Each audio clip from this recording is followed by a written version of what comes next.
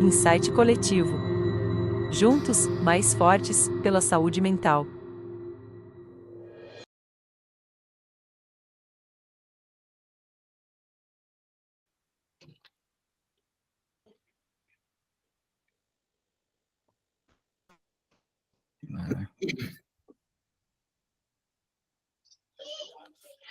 Então, gente, bem-vindos a mais um Insight Coletivo, né? Estamos aqui mais uma noite, mais um encontro para a gente fazer nossas reuniões periódicas, né? A gente tem tido esses encontros periódicos para discussão de temas relacionados à saúde mental.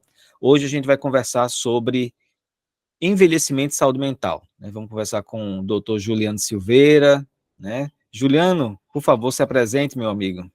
Boa noite, pessoal. Eu me chamo Juliano Silveira, como apresentado por Adriano. Sou médico, sou geriatra, sou potiguar e durante minha jornada de vida, da minha formação, além da geriatria, eu fiz também formação na parte de cognição da pessoa idosa. E é nessa interface com a cognição que eu tenho muita exposição à parte da saúde mental também, né? Porque a gente entende que quando a gente recebe um paciente com queixa de memória, a grande maioria das vezes não é uma doença degenerativa, né? A gente não está diante de uma doença de Alzheimer, a gente está diante de uma demência vascular. E é um prazer estar aqui hoje para a gente falar um pouquinho da saúde mental da pessoa idosa, ou seja, essa interface nas áreas de geriatria, neurologia, psiquiatria, psicologia e demais profissionais que atuam junto com a gente. Muito bem. Juliano, o Insight Coletivo é um grupo de pessoas, né? Pessoas que têm estão interessadas, né, em discutir temas relacionados à saúde mental. Então, nossos encontros eles acontecem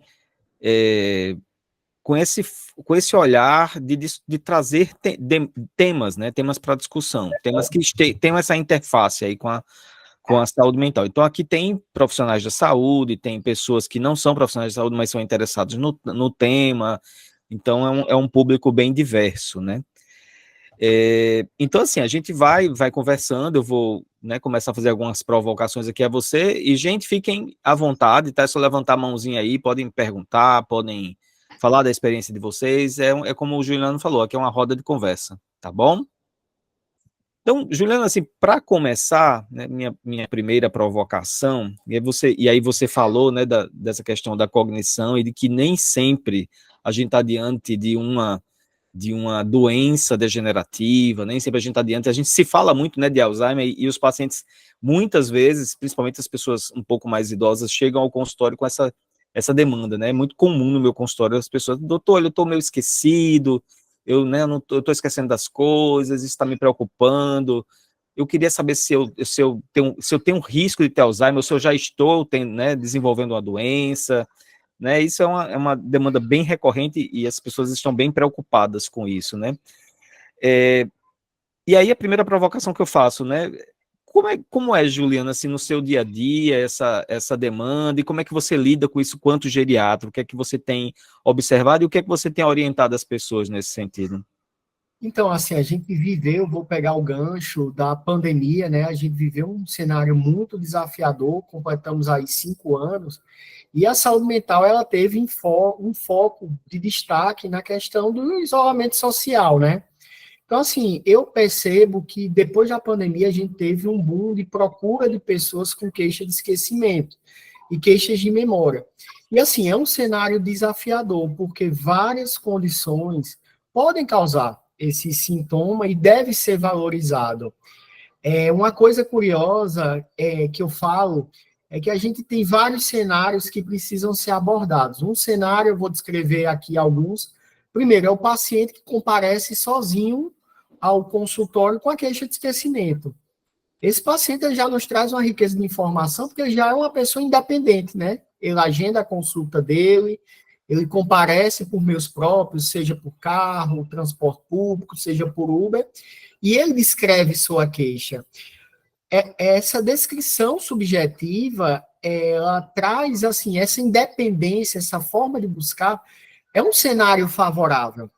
Então, assim, a gente está diante de um cenário que muitas vezes, Adriano e demais colegas do grupo, Pode ser um quadro de depressão, que você está tendo um déficit de atenção e com isso você percebe o canal memória, mas não é a memória, é a atenção que o indivíduo consegue reter, ele consegue replicar.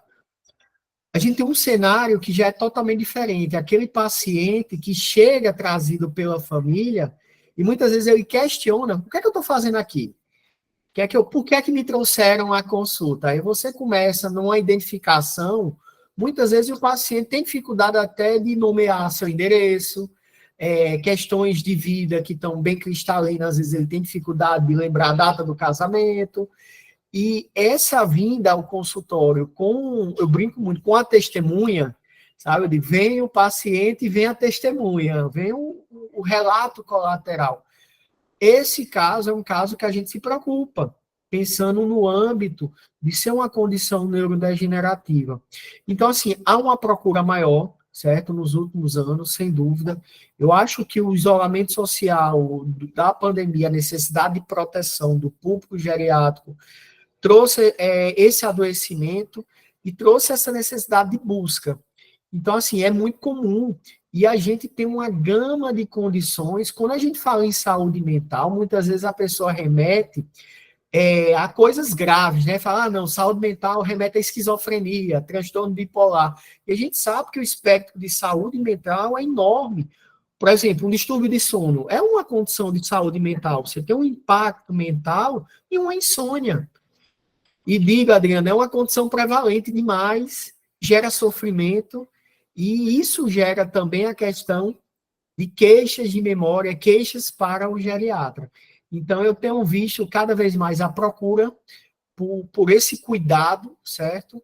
E, assim, é um cenário que a gente precisa de uma rede de apoio, né? A gente não trabalha sozinho, a gente faz um pontapé inicial, a gente começa uma investigação, mas a gente sabe que o manejo, ele tem multifacetado, ou seja, você vai ter uma abordagem médica, mas você vai precisar de uma abordagem muitas vezes associada com outras pessoas, e nem sempre profissionais de saúde, a própria família. Você, no primeiro momento, aquele indivíduo que te procura com a queixa de algum sofrimento, às vezes você precisa convocar a família para entender melhor essa dinâmica e qual é a rede de cuidado deles. É isso que eu penso um pouquinho e vejo assim, trago o gancho que a pandemia trouxe esse olhar maior da busca de ajuda. É uma coisa que eu me pergunto, e aí vou ouvir a sua opinião. Se as pessoas, Jonas, se você acha que as pessoas elas têm se preparado para o envelhecimento, né? Porque muitas vezes, e assim, eu tenho alguns pacientes idosos que eu acompanho, adoecidos mesmo, aí nesse caso, né, com episódios depressivos, né, transtorno depressivo, tem uma paciente idosa que eu acompanho que tem um quadro de muita ansiedade, tem, assim, de diversos diagnósticos. E o que eu percebo em muitas dessas situações é que são pessoas que eram pessoas extremamente ativas, extremamente dinâmicas, assim, pessoas que eram muito cuidadoras da família, sabe, assim, trabalhavam muito, tinham, né, uma dinâmica de vida, assim, muito intensa, e que nesse período da vida, elas se ressentem muito das limitações que o processo do envelhecimento traz, e isso eu percebo que traz um impacto muito forte na saúde mental, elas entristecem, assim, elas entristecem, e mesmo que se entregam aos limites, sabe. Como é que você observa isso e no seu dia a dia na clínica? Então, eu vejo que a gente está colhendo hoje uma geração que foi conhecida como baby boomers, né? Aquela explosão demográfica da década de 50. Aquela explosão com a que a gente teve com alguns ganhos da industrialização, da melhora da medicina, a gente teve uma taxa de fecundidade alta na década de 50, hoje essa população ela envelheceu. Certo? A gente está aí, indivíduos com 65, 70 anos de idade, e assim, culturalmente, quem nasceu nessa época é um pouco diferente a forma de planejar a vida do que a geração atual, certo? A gente tem gerações que têm comportamentos até bem diferentes. A geração da década de 50, ela se preocupava muito na questão de uma estabilidade, de uma busca de um emprego, de uma busca de construção de um patrimônio no sentido de ter sua moradia, seu emprego fixo. E muitas vezes essa geração ela deixou um pouco de lado a questão de atividade física, do autocuidado. Por outro lado, a gente até vou brincar, fazer uma analogia, que essa geração atual, muitas vezes, ela esqueceu alguns valores que deram certo da geração de 50. E elas veem muito imediatismo e aquela coisa do culto excessivo ao autocuidado e esquecer que esse é um pilar, mas não é o sustentáculo principal. Então, assim, eu vejo sim que a gente ainda tem lacunas no planejamento do envelhecimento, certo? Às vezes, muitas pessoas não enxergam a proximidade do processo de envelhecimento, que eu digo que a única coisa que é mais, não existe nada mais democrático que envelhecer. Todos nós giramos o ponteiro do relógio.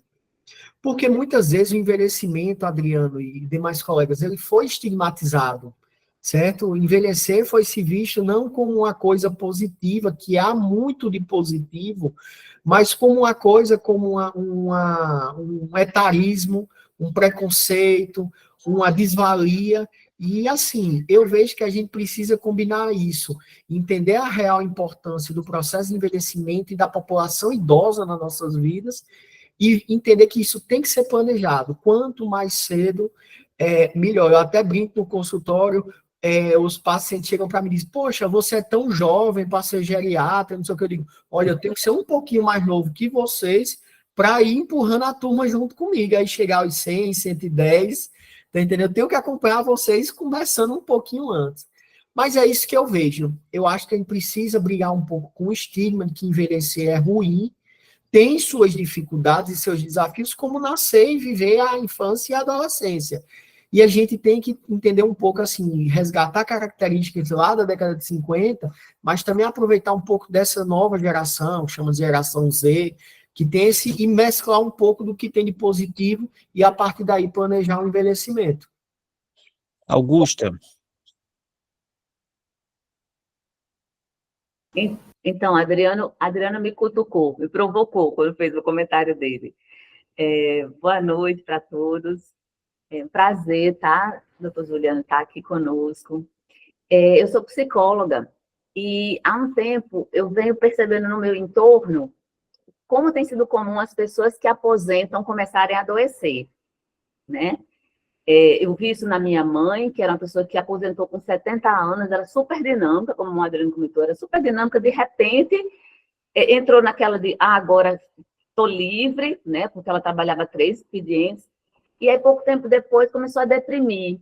Aí eu brinquei e falei, as férias acabaram, né, tá sem graça agora. Ela disse, né? E aí, assim, amiga que era bem saudável, aposentou, tá doente, tá cirurgiada. Não, peraí, o que aconteceu, né? E aí eu comecei a pensar nisso, e como eu trabalhei, quando eu trabalhei, dava aula na UNP, eu trabalhava com psicologia organizacional, então eu fui estudar sobre aposentadoria, né? E aí eu via que os estudiosos falam que a gente deveria planejar, do mesmo jeito que planeja a vida profissional, a carreira, deveria planejar também a aposentadoria, como você está falando, planejar o envelhecimento. Porque tem uma frase que eu gosto muito, que diz que a medicina deu mais anos à vida. Agora, a gente tem que dar mais vida aos anos, porque vamos viver mais, né? Então, se a gente vai viver mais, provavelmente a gente vai viver 90, 100, a gente tem que planejar, porque uma pessoa que apresenta com 55 vai viver o quê? Quase mais 50 anos, né? Se morrer com 100. E aí, eu criei um programa, que a gente está chamando de imersão agora, chamado Aposentei. E agora? Porque eu percebo que as pessoas entram há uma quebra. Aposentei, no outro dia eu faço o quê? Né? Então, o que eu tenho visto é que há uma tendência a adoecer. Eu vi uma pesquisa que eu achei muito interessante, que 40% das pessoas que aposentam desenvolvem alguma doença mental e 60% doença física, né? Como se eu preciso ocupar-me inconscientemente, e uma forma de eu me ocupar é eu adoecendo, né? Porque eu vou ter alguém que cuide de mim. Muitos vivem no médico porque o médico vai escutá-los, né? E aí você falou na rede de apoio, realmente, eu acho que um dos problemas principais hoje do idoso, você deve ver essa queixa, é a solidão, né?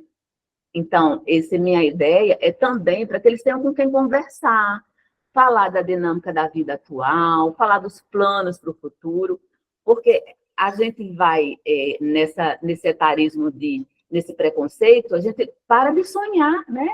Você não vê mais o idoso fazendo planos. O plano dele é ir buscar os netos na escola, Alguns viajam, né? Mas eu acho que o percentual é bem pequeno. Então, eu acho muito interessante a gente estar aqui pensando sobre isso, porque a gente precisa ajudar as pessoas idosas hoje e se ajudar, né? Para que a gente tenha qualidade de vida para poder viver até os 100, sei lá, o que mais, né?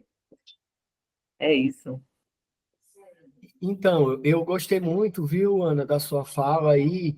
Vamos falar um pouquinho sobre essa questão da aposentadoria, antes de a Adriana aí trazer outra provocação. O nosso cérebro ele precisa ter pelo menos uma mínima rotina, certo? Então, assim, quando a gente está mais ativo no âmbito laboral, quer queira, quer não, a gente estabelece uma rotina, um mínimo horário para acordar, um mínimo horário para a gente dormir, que muitas vezes isso se perde na aposentadoria, ou seja, a gente flexibiliza um pouco esses horários, não é uma coisa rígida como num quartel, não, você tem que estar ali, não, mas você tem uma rotina. Outra coisa, o trabalho ele também provê um pouco do contágio social, ou seja, de você estar tendo vínculos de amizades, comemorando aniversários, comemorando festividades, que muitas pessoas, às vezes, têm com a aposentadoria, também perdem um pouco disso. Então, assim, o workaholic é ruim, você trabalhar demais é péssimo, mas, assim, há questões positivas também em trabalhar, porque ela gera uma rotina também positiva de envolvimento, de estímulo cognitivo, de você estar ali resolvendo problemas, contato com outras pessoas, gerenciando conflitos.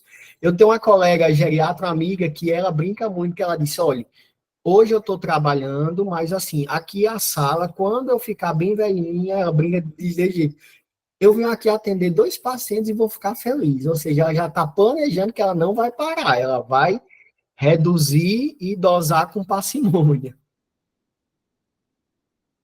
É interessante isso. Eu li até comentei com a Ana Augusto naquele jantar, Ana Augusto, que eu tinha lido um livro, né, sobre o Ikigai, da filosofia japonesa, e eles dizem uma coisa que é muito interessante, né, que tem a ver com isso. Eles falam que um dos segredos da longevidade é você comer pouco, dormir bem e nunca parar, né? Então, assim, eles têm isso muito forte, né?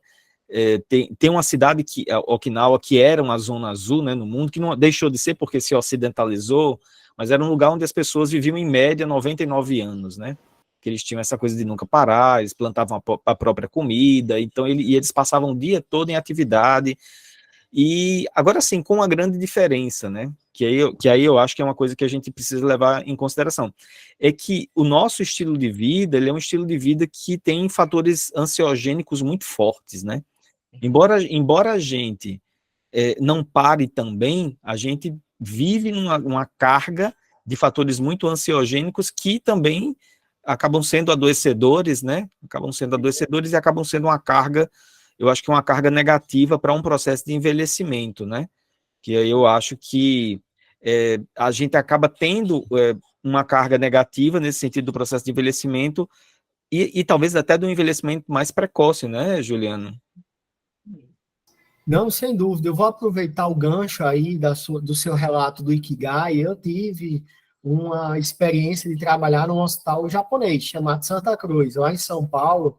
E, assim, foi uma experiência ímpar de absorver um pouco a cultura. Eu sempre tive uma admiração para a cultura japonesa, assim, daquela coisa do respeito, das artes marciais terem surgido naquele berço.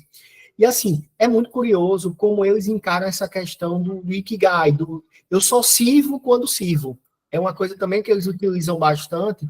Dizem, enquanto eu estou ali disposto a vir e estou servindo para algo ou para alguém, eu estou vivendo. E, assim, eles também fazendo uma questão da ansiogênese, você percebe que a pessoa de cultura nipônica, ela é uma pessoa minimalista, está entendendo os seus hábitos, quem tem a oportunidade de conhecer são pessoas simples, e são pessoas que muitas vezes elas vão longe, porque elas não estabelecem muitas vezes metas muito ambiciosas, está entendendo? Elas vão vivendo etapas de cada vez, diferente muitas vezes do nosso pensamento, que a gente bota o sarrafo lá para cima, e fica naquela ansiedade de cumprir, subir o 10º degrau ainda estando no primeiro. Então, assim, eu vejo que, assim, como a geração passada, que eu faço analogia dos baby boomers, era uma geração que não tinha esse culto à saúde, de lotar as academias como a gente vê hoje, Em compensação, era uma geração resiliente.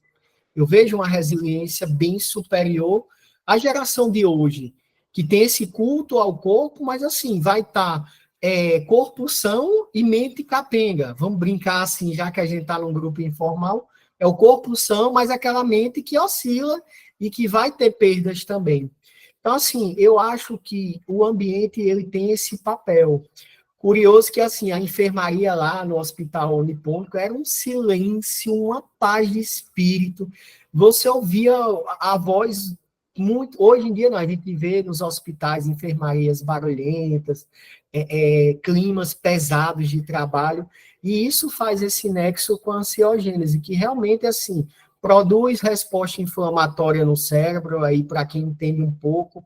Com isso, você tem dano neurológico, você tem morte neuronal, que é uma fisiopatologia, assim, que não chega a ser tão aguda, mas muito parecida até com Covid. Você inflama seu cérebro e, com isso, você tem um dano neuroquímico, neuroestrutural, que vai se acumulando. Juliano, nesse processo, né, do envelhecimento, do ponto de vista epidemiológico, que doenças são mais comuns? Eu queria que você falasse assim, doenças, mesmo que sejam doenças não psiquiátricas, que podem levar a dano à saúde mental e vice-versa. Não, perfeito. Eu vou trazer primeiro assim as principais doenças clínicas, certo? Ou seja, a gente tem com o envelhecimento um aumento de prevalência de doenças cardio- e cerebrovasculares, hipertensão, diabetes, obesidade, sedentarismo, certo? A gente tem também uma doença que não é uma doença orgânica, mas é um contexto que eu brinco dizer que é uma doença que é a questão do isolamento social. Ela é uma doença, ela não é uma doença intrínseca, ela é extrínseca, e gera um adoecimento. Assim, da saúde mental, a gente vê, sem sombra de dúvida, questões de depressão, bem prevalente. A gente tem um preconceito que a depressão é uma doença que o idoso, muitas vezes, esconde ela. De forma nenhuma, você vê pessoas idosas relatarem sintomas de tristeza, anedonia, de desvalia, de sentimentos de que não vão prospectar mais na vida. Ansiedade também é uma questão comum da gente ver, distúrbios do sono, e assim, o grande desafio com o processo de envelhecimento são as doenças neurodegenerativas, e o cargo-chefe dela é doença de Alzheimer e a demência vascular, são as duas mais prevalentes. Então, assim, a gente tem desde doenças simples que a gente precisa controlar, como hipertensão, diabetes, que eu até faço um gancho que todo bom médico, todo bom profissional tem que saber tratar isso. Não adianta a gente delegar, não, eu só vou tratar tal parte, não. Até doenças de maior complexidade que chegam nos consultórios dos especialistas como eu, você, que são doenças com doença de Alzheimer, mas que vão se tornar tão prevalentes que até o médico da UBS ele vai ter que saber manejar isso. Ele tem que saber manejar hoje. Não é esperar a coisa acontecer, como a gente vê. Então, assim, a gente tem cenários que são cenários de baixa complexidade, como doenças simples, cenários de média a alta complexidade, que são doenças que demandam abordagem interdisciplinar, certo? Que esse é o grande desafio da medicina, é a coesão interdisciplinar. Elizabeth, eu vou aqui, eu gosto muito de falar, então, quando eu ver a mãozinha aqui, eu vou dar uma pausa. Abre o microfone, Elizabeth, seu microfone está fechado. Você tem que clicar nessa figurinha aí da tela. Já cliquei. Isso, pronto. Doutor, boa noite. Eu gostaria de saber se o Alzheimer só dá em idoso ou dá a partir de quantos anos essa doença vem? Essa pergunta é uma pergunta muito interessante. Vamos lá, geralmente as formas que a gente chama não familiares, as formas mais comuns, que são esporádicas, elas começam a aparecer em torno da 7ª década de vida, ou seja, a partir geralmente dos 70 anos, se for uma forma que não for de transmissão genética. As formas de transmissão genética que a gente tem decorrente de algumas alterações de genes, elas podem ser pré-senis, ou seja, muitas vezes até antes da 6ª década de vida. Os estudos genéticos na doença de Alzheimer, eles se dão principalmente em famílias da Colômbia, que tem membros da família que desenvolvem Alzheimer na terceira década de vida. Olha que coisa curiosa. Membros dessa família desenvolvem Alzheimer aos 30 anos de idade. Então, assim, a gente rotula que a doença de Alzheimer, ela é uma doença do envelhecimento, a grande, esmagadora maioria dos casos, com certeza. Mas a gente tem a doença acometendo pessoas mais jovens. E aproveito o gancho, Beth, que as formas que a gente chama pré-senis, antes dos 60, elas são um comportamento mais intenso, de uma evolução mais rápida, de sintomas mais críticos, ou seja, você tem uma transição de uma fase leve, moderada e grave, muito mais galopante do que a forma habitual, que é a forma da pessoa na 7ª, 8ª década de vida. Eu fiz essa pergunta assim, vários sintomas que o senhor citou aí, eu tenho. Aí por isso que será que existe um exame, tem como saber, na minha idade, eu tenho 55 anos, vários sintomas que o senhor falou aí, eu sinto. E eu tenho uma ansiedade generalizada, né, doutor Adriano? Aí eu sou muito ansiosa, tem um fator também de querer, o senhor falou também de na vida social, de se esconder. Eu sou essa pessoa, eu sou totalmente antissocial, faz uns 7 anos para cá que eu não gosto de conviver com ninguém, é no meu mundo é aqui meu quarto, meu mundo é isso aqui, e pronto. Sou acompanhada pelo doutor Adriano, que ele me ajuda bastante, mas eu sou igual a montanha-russa, tem meus altos e baixos, é por isso que eu perguntei ao senhor. Então, você lembra muito, assim, não estou fazendo uma consulta, até porque a gente está num ambiente aberto, de uma roda de conversa, mas lembra lá no começo que a gente falou sobre aquele paciente que muitas vezes chega com uma percepção, mas é totalmente independente. Eu acho que é o cenário que parece muito com o que você está me relatando. E que, assim, condições têm semelhanças muito grandes entre elas. Por exemplo, alterações de sono podem levar a sintomas parecidos com a doença de Alzheimer. Uma apneia do sono, aquela doença do ronco que a gente trata também, que a gente busca, ela pode causar também sintomas de esquecimento. Então, assim, a doença de Alzheimer é uma coisa curiosa. Geralmente, o paciente que está desenvolvido, ele tem um pouco de perda de um termo que chama-se insight. Ele não tem essa crítica de que está esquecendo. Ele atenua o esquecimento dele, ou seja, ele tenta colocar um paraquedas nos problemas dele. E quem percebe mais é o relato da testemunha, da família, que olha e diz, não é bem assim. Ele está dizendo aí que aconteceu com alguém, que eu acho que uma vez, já é a 8ª vez que a gente vai falar com o aí, então, assim, essa sua percepção, ela traz um pouco de tranquilidade no sentido que, assim, geralmente, a perda grave de memória, o paciente também perde essa noção. Eu vou dizer que o insight é uma noção no nosso linguajar do dia a dia.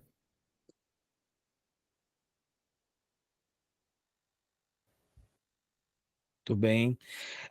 Você estava falando aqui, eu estava me recordando aqui de um livro que eu li recentemente, que chama O Segredo Está nos Telômeros, da Elizabeth Blackburn, que é uma ganhadora do Prêmio Nobel, que ela junto, né, com a equipe dela, descobriu a telomerase, que é uma enzima lá que preenche os telômeros, né?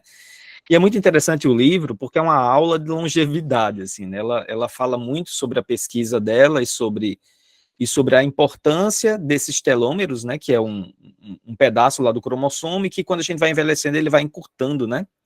E aí, no livro, ela fala muito sobre longevidade e como tem essa relação, e apesar de ser um assunto muito, eu acho interessante, porque é algo muito biológico, muito ali, né, da ciência básica até, né, essa coisa de falar de telômero, falar de cromossomo, mas ela faz uma relação muito clara com a vida, né, porque ela relaciona, por exemplo, o pensamento ao encurtamento dos telômeros, né. Ela cita pesquisas, por exemplo, de pessoas que têm muitos fatores estressores na vida, por exemplo, e que têm muitos problemas e lidam com muitas situações que são muito estressoras, e como essas pessoas têm telômeros mais curtos que outras pessoas que não vivem essas pressões, né? E aí eu acho interessante, Juliano, porque isso é aquela história que ela fala sobre o pensamento e sobre o movimento e sobre a alimentação como 3 eixos muito importantes para justamente, vamos dizer assim, nos ajudar a viver mais, né? Então, o grande desafio da geriatria e dessa turma aí que luta para se tornar imortal, eu brinco assim, é inibir esse processo de destruição telomérica, né, da ponta, não sei se eu mostro assim, do cromossomo, que você vai tentando impedir isso.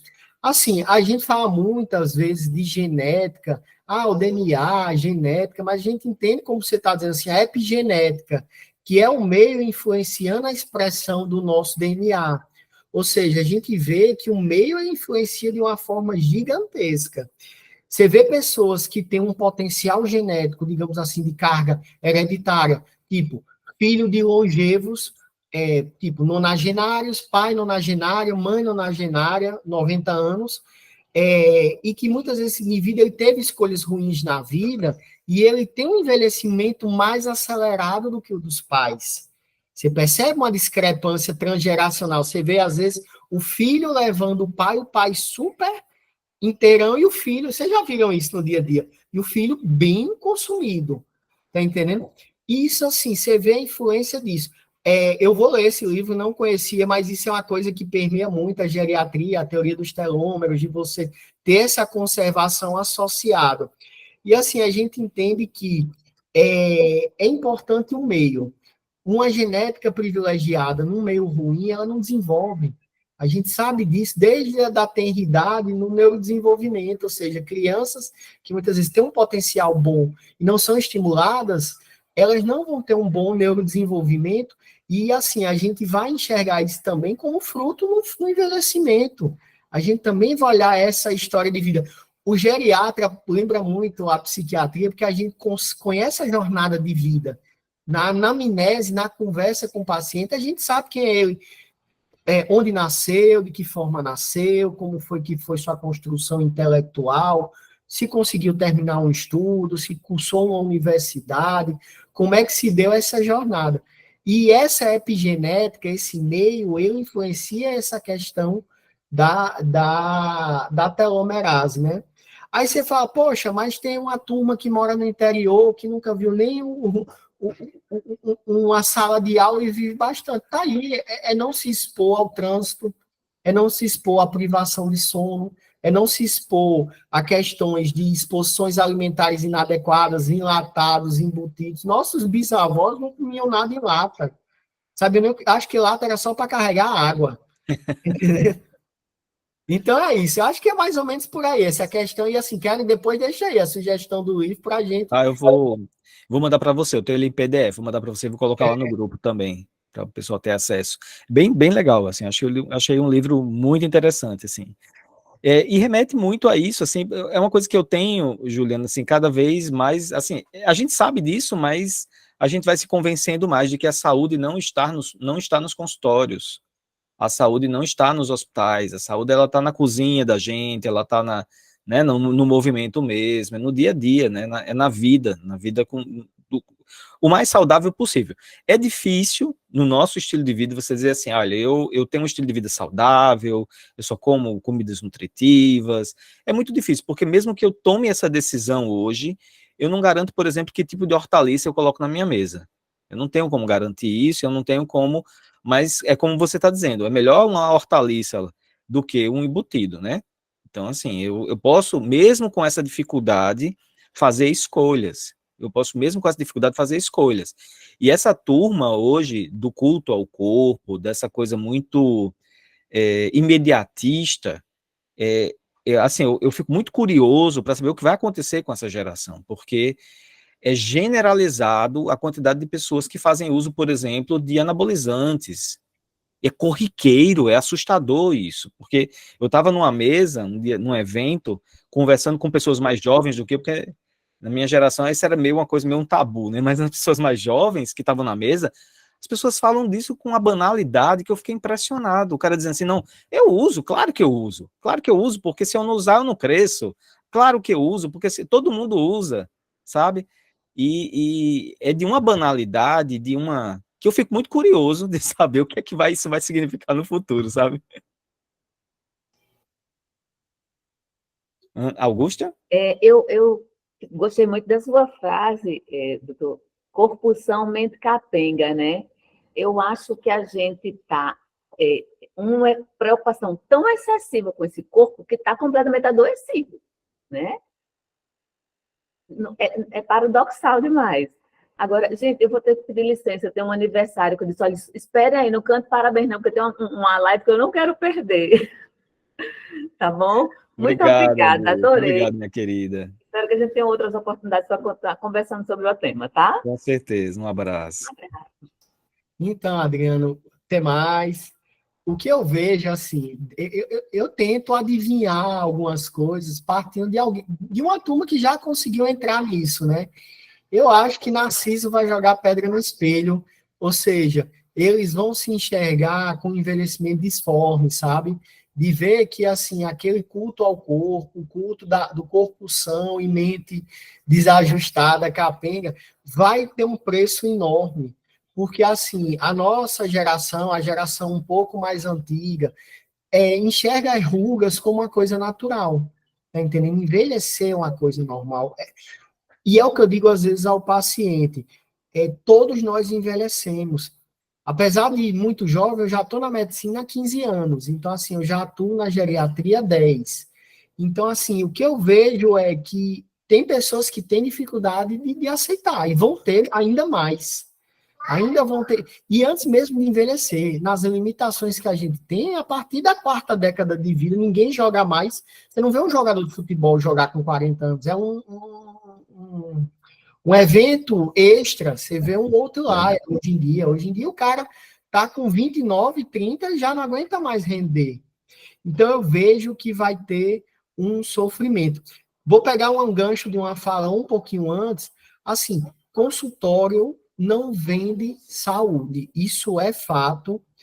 Eu brinco muito assim, que eu, às vezes, perco o paciente, mas não perco a filosofia de que muitas vezes a gente está ali não é para passar remédio. A gente está ali para fazer orientação de como cada trajetória de vida consegue encontrar, muitas vezes, sua forma de se reeducar em bons hábitos. Você tem 3 caminhos na geriatria de ter uma boa saúde e o impacto na saúde mental, claro. Ninguém é necessário uma saúde física para se ter uma saúde mental. Então, assim, uma boa alimentação, certo? Atividade física e sono. Esses são os 3 segredos que, quando eu cheguei na geriatria, eu cheguei para os chefes lá da residência e perguntei, e aí, como é que faz para viver muito e bem? Eles disseram, não, isso aí não tem dificuldade, não. Bons hábitos de vida. Então, nosso papel como profissional de saúde é enxergar e dizer como é que você, dentro da sua biografia, da sua história de vida, consegue adaptar. E sempre, pessoal, é possível. A gente tem estudos que mostram que pessoas de EJA, que fizeram ensino de jovens e adultos, que alfabetizaram na 8ª década de vida, com 80 anos, pessoas se alfabetizam sim, tiveram um impacto neurocognitivo bom. Tá entendendo? Alfabetizar é um fator protetor. Você vê que coisa curiosa. Já dirigir não é. Pessoal, quando for fazer um estudo com banco de cérebros, viram diversas atividades. Dirigir não. Tipo, fulano não sabe dirigir. Não vai mudar nada, porque dirigir é um ato automático. Tem estímulo, tem, mas não é como ser alfabetizado. Acho que aprender coisas novas é protetor, né, Juliano?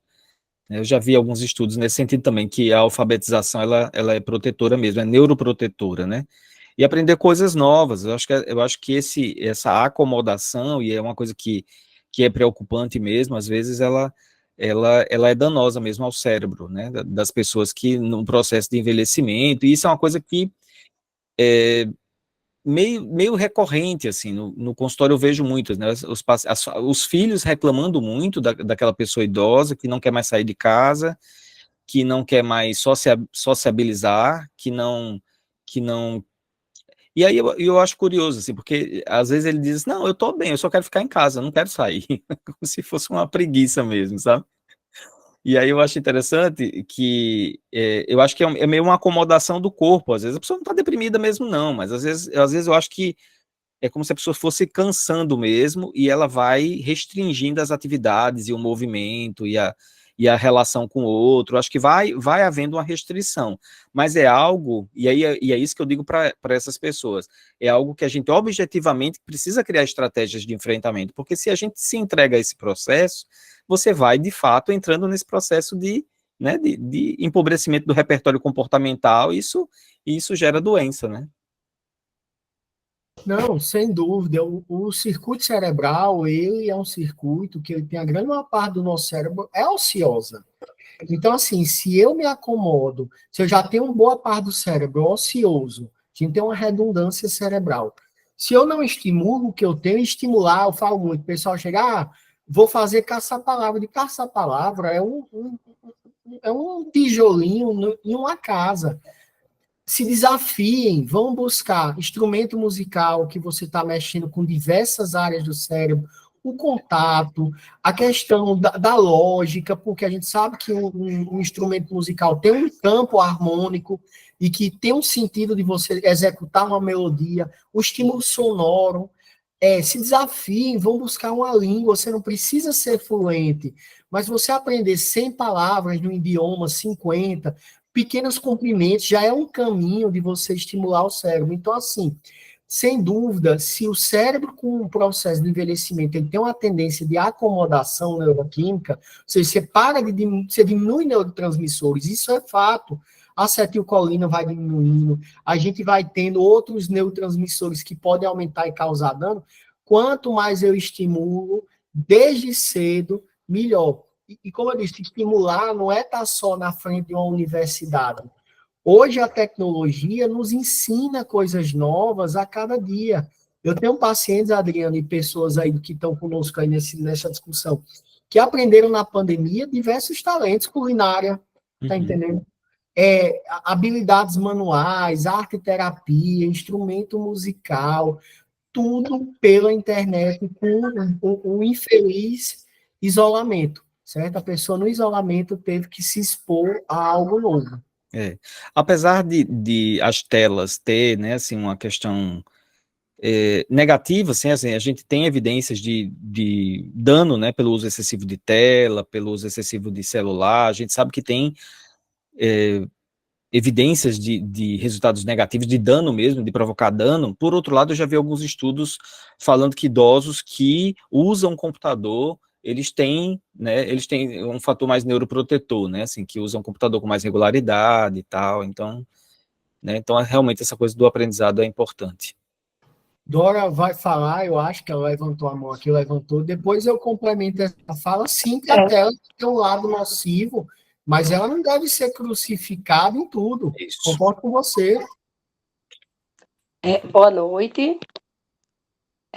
Doutor Juliano, o senhor falou sobre as pessoas que desenvolvem habilidades para melhorar essa questão.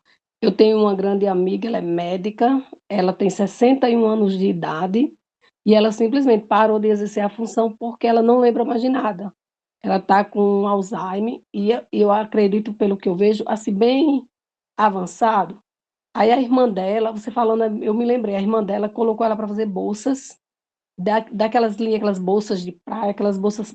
Ela está fazendo cada bolsa que eu fiquei impactada.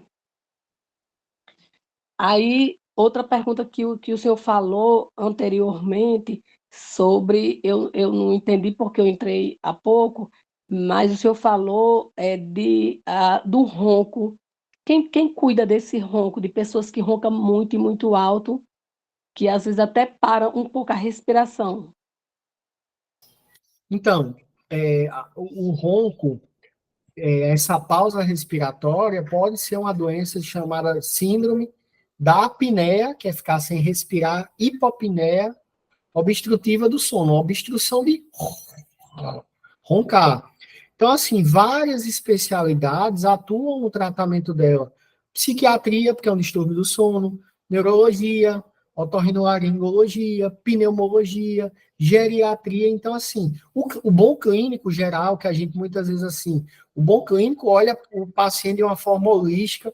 Então, a apneia do sono é uma doença que ela atua, ela permeia diversas áreas. O tratamento dela, só por curiosidade, é não farmacológico.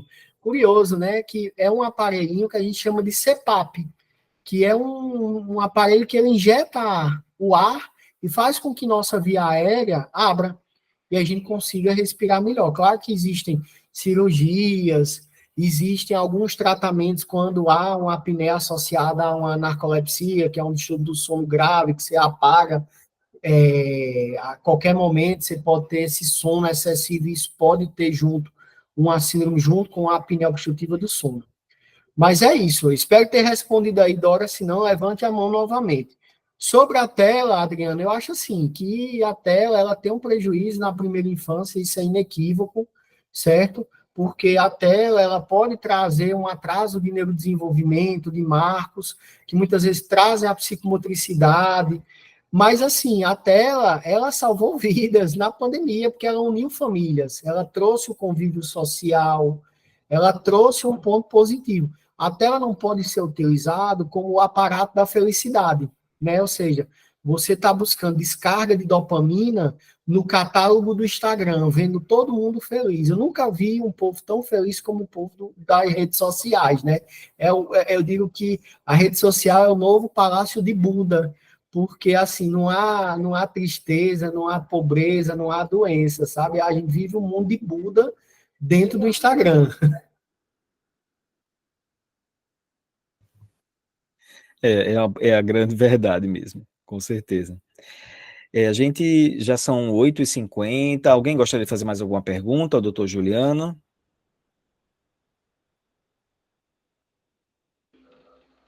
Então, Juliana, Dora levantou a mão novamente, Dora. Eu só agradecer pelas respostas dele, só agradecimento. E maravilhoso estar mais uma vez aqui com vocês. Só isso. Obrigado, Dora. Eu queria falar.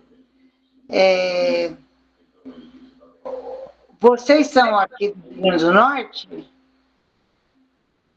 Sim, Dora, somos. Nós atuamos aqui em Natal, tanto eu quanto o Juliano. Não, eu gostei muito. Eu fiquei em dúvida se eu entraria ou não. Eu sou vizinha da Beth, e aí eu falei, entro, não entro. Aí eu entrei e foi uma bela surpresa, eu gostei muito. E essa visão, eu sou psicóloga, né? E eu tenho um projeto de pós-doutorado, eu sou de São Paulo, mas eu tenho um projeto de pós-doutorado aqui na UFRN, com mães de autistas. E essa visão holística é muito, muito linda. É muito linda. Eu vou até agradecer a Beth, porque eu falei, eu não vou entrar. Eu sou palmeirense, estou esperando começar o jogo do Palmeiras e Vasco. Aí eu falei, não, eu vou entrar até começar o jogo. Mas foi uma surpresa bela de verdade. Eu quero até o contato de vocês, porque essa visão, a minha vida inteira trabalhei na saúde pública, né? A vida inteira. E com essa visão multidisciplinar, essa visão holística, essa visão de que não é um estômago, não é um coração, não é o ser humano, é o todo, e se a gente não olhar o todo, a gente não tem o ser humano. E a sua posição, Juliana, de dizer, eu preciso ouvir a pessoa, eu preciso entender o que é aquele sintoma para aquela pessoa. Não terá duas pessoas no mundo que vai me dizer da mesma coisa, porque aquela máxima de cada um sabe a dor, a delícia de ser o que é, eu acho que define muito. Eu gostei muito, muito de ouvir vocês e gostaria muito do contato de vocês. Muito legal, é a minha linha, da área da saúde, minha vida inteira, é a minha linha de muito mais do que pesquisa, de observação e de olhar para o mundo. É o olhar multidisciplinar, é o olhar holístico que que define o indivíduo e cada um como singular, como único. Nossa, eu estou muito feliz. Obrigado, Tereza. Obrigado e seja bem-vinda aos próximos encontros, você ficar à vontade. Se vocês quiserem passar no chat o contato de vocês, como eu estou aqui em Natal, aí a gente pode conversar mais e... Nossa, muito bom, muito bom. Eu passo, Tereza, para você. Pronto. Tá bom. Mais alguém gostaria de fazer alguma pergunta, alguma colocação? Então vamos encerrando. Juliano, queria que você fizesse as suas considerações finais para a gente poder encerrar essa conversa. Então, eu queria agradecer, Adriana, a você pelo convite. A gente teve a oportunidade de já participar de outros eventos, certo? Então, assim, eu também, como a Tereza falou, eu acho esse grupo, estou conhecendo hoje, e foi para mim não foi uma surpresa, porque eu já sei do potencial de Adriana e que ele é capaz de fazer pelos eventos que a gente já partilhou. Mas, assim, é muito legal e, assim, aproveitem. Eu acho que, assim, é o momento que a gente mais gosta de fazer, que a gente abre a porta do consultório, sai de dentro dele e mostra como funciona lá dentro. Tá entendendo? E assim, mostra que o consultório ele não tem nada de mirabolante, ele é um planejamento. Então, assim, minha mensagem final é, vamos nos planejar. Isso inclui também eu. Inclui Adriana, inclui Dora, inclui Renato, inclui mais Maria Célia, Elizabeth, Tereza, Vitória. Todos precisam planejar. Eu acho que planejar, existem metas de meia hora, metas de 6 horas, metas de 1 ano, meta de 5 anos, 10, 20, 30 anos. Mas é sempre necessário a gente planejar e estar pronto para que nosso planejamento não seja linear, seja tortuoso. Eu acho que a mensagem é essa. Muito obrigado, Juliano. Antes de encerrar, eu vou ler aqui uma colocação de Ana Paula, que ela colocou aqui no chat. Ela colocou assim: meu avô veio adoecer há pouco tempo. Ele vai fazer 94 anos, dia 24 desse mês. Nunca perdeu noite de sono, procura se alimentar bem, busca qualidade de vida em meio aos desafios da saúde atual. Obrigado, Ana Paula, por seu, pelo relato. Acho que, de certa forma, reforça o que a gente colocou aqui hoje, né? Dizer para vocês que o Insight Coletivo tem essa missão de trazer essas discussões. Vejam e é uma coisa que eu sempre falo, assim, numa realidade atual, que as pessoas estão muito acostumadas com informações muito superficiais, com vídeos muito rápidos, né, coisas muito en passant. O Insight Coletivo ele vem para aprofundar discussões. Assim, veja o nível da discussão que a gente fez hoje aqui, uma discussão profunda. Tá? Esses vídeos ficam disponíveis no YouTube, nosso canal lá do YouTube. A gente tem mais de 50 encontros já lá disponibilizados, dos mais diversos temas relacionados à saúde mental. Lá a gente fala sobre meditação, a gente fala sobre... Tem um encontro, Tereza, sobre maternidade atípica, tem encontros sobre psicoterapia, sobre contoterapia de uma colega que mora na Inglaterra, que ela faz um trabalho de histórias terapêuticas. Tem, nossa, coisas muito legais, né, lá para ver. E é isso, gente. Queria agradecer a todo mundo que está aqui. Eu sei que depois de um dia, né, um dia de trabalho, todo mundo cansado, Juliano com a cara amassada, como disse ele, cansado, mas é isso que torna a vida melhor, né? A gente ir construindo as coisas e promovendo esses encontros. Muito obrigado, gente, e até a próxima. Boa noite. Boa noite.